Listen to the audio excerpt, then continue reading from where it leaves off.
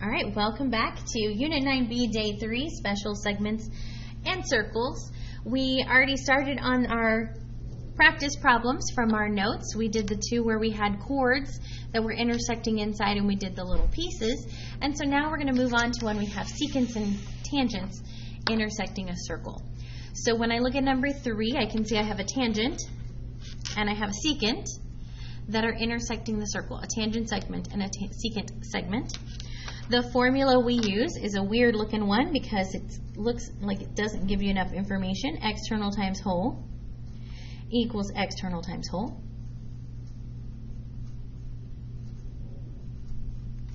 But remember, that's using our two separate pieces. So on the first one, if I say this is my first segment, the tangent piece, the external is 13. And the whole is also 13. Okay, so I'll have 13 times 13, or 13 squared, for the left-hand side. And that's going to be equal to, then we do the other segment. When I look at the other segment, I'm going to have my external is here, the 9. And the whole is going to be this 9 plus this 5x. Remember, we always add the two segments together. We don't multiply them together. So 9 plus 5x. Okay, first thing I want to do is distribute that 9 in. So I'm going to have 9 times 9 plus 9 times 5x. And then from there, I can go ahead and finish solving. I want to get that 45x all by itself, so I'm going to subtract 81 on both sides. 169 minus 81 is 89. That equals 45x. Divide both sides by 45.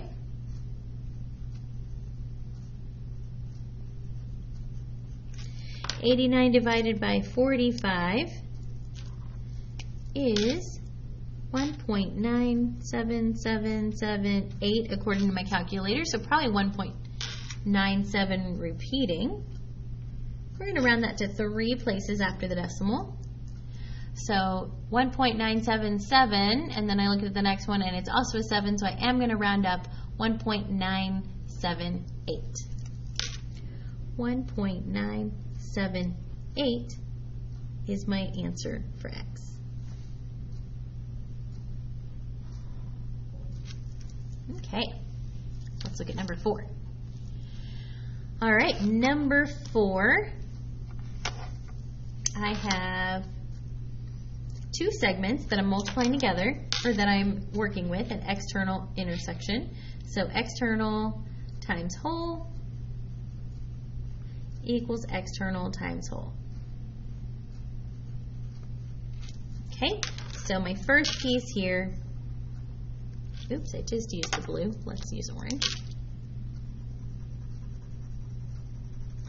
I've got 6, and then my whole is going to be 6 plus 4x. Okay, 6 and 6 plus 4x.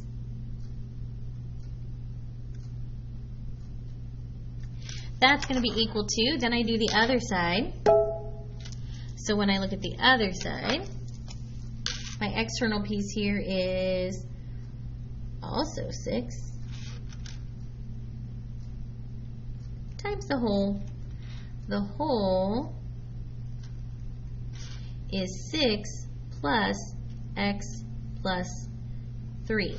Now that I can actually simplify, right? Because I can combine the 6 and the 3 and say, oh, this is really just x plus 9, so that way when I get over here I have a little less distributing to do by already having combined those like terms. Okay, so on the left hand side I'm going to have 6 times 6 plus 6 times 4x, and that's going to equal 6 times x, 6 times plus 9. Okay, so then as I continue solving, I want to zoom in so you can see what we're doing a little bit better. Get us nice and close. All right, so let's get all our x's together. So I'm going to move my smaller of my two x's to the other side of the equals. Since I'm moving to the other side of the equals, that's why I'm subtracting. And since I'm mixing things up now, I'm going to switch colors. 36 plus 18x equals 54.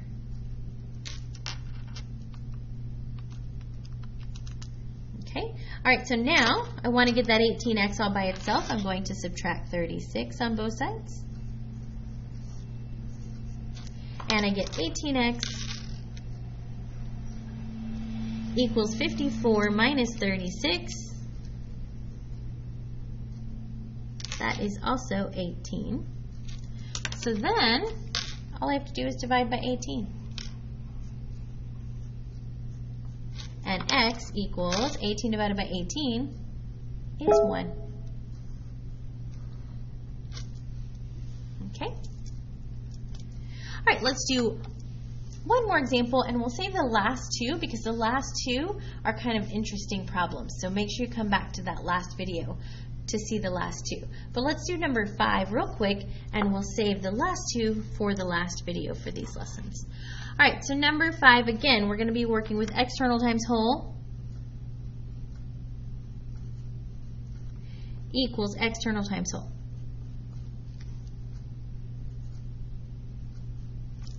Okay, external times whole equals external times whole. So then I'm going to pick one segment to be my first one. So my external here is 6, and the whole is also 6. That's going to be equal to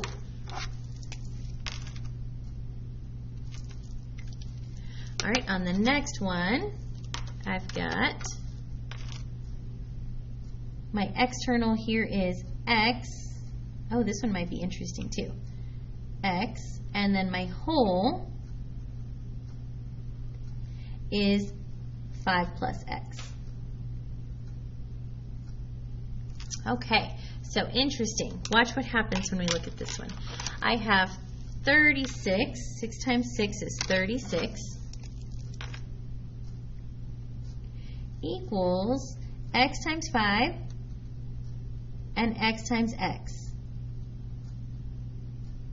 Okay, so now what's interesting is I'm not going to be able to just square root this one because I have an x squared and an x. So this is going to have to be a problem that I'm going to have to set equal to 0, put it in ax squared plus bx plus c form, and factor.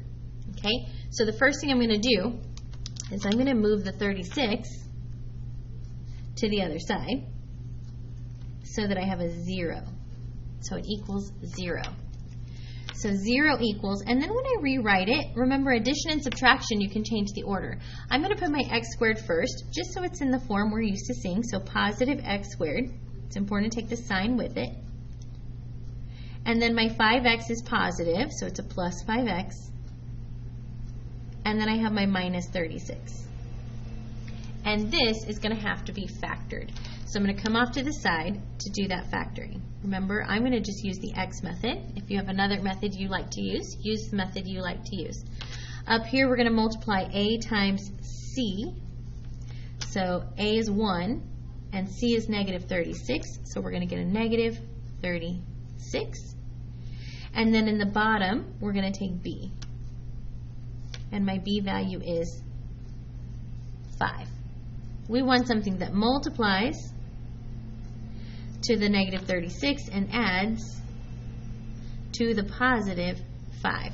So let's look at my multiples of 36. And I know we want a negative 36, but we're just going to look at right now multiples of regular 36. So 1 times 36, of course. 2 times 18.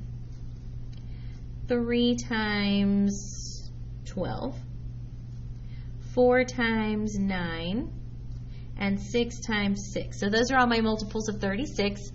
I know one of them is going to have to be negative in the pair so that when I multiply, I get a negative 36. Since one of them is going to be negative, really, even though I'm adding them, I need to think of it as subtraction over here. So which ones, when I subtract, am I going to get a 5? So if I look at the difference, which one has a difference of 5? That's going to be right here. If I want a positive 5, I'm going to have a minus 4 and a plus 9. Negative 4 times 9 gives me my negative 36.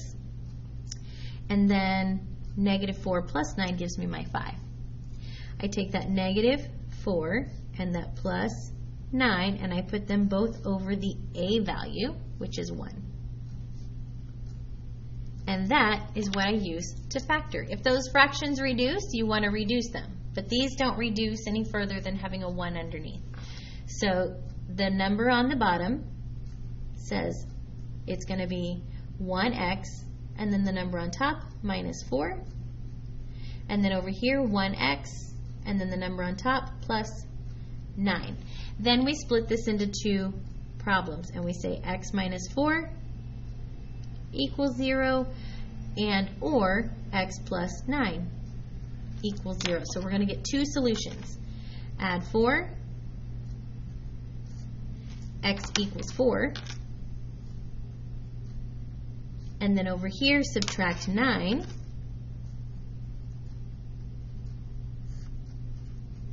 and x equals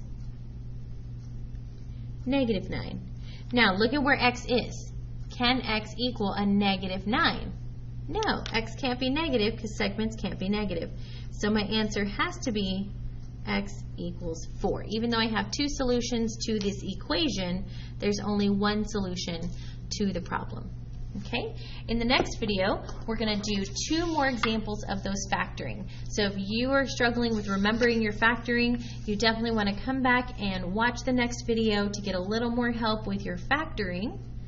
And then if you're still struggling, make sure you ask during sync time. Okay? So I'll see you in that next video. We're going to do these two problems that both will involve factoring. Thanks so much for watching.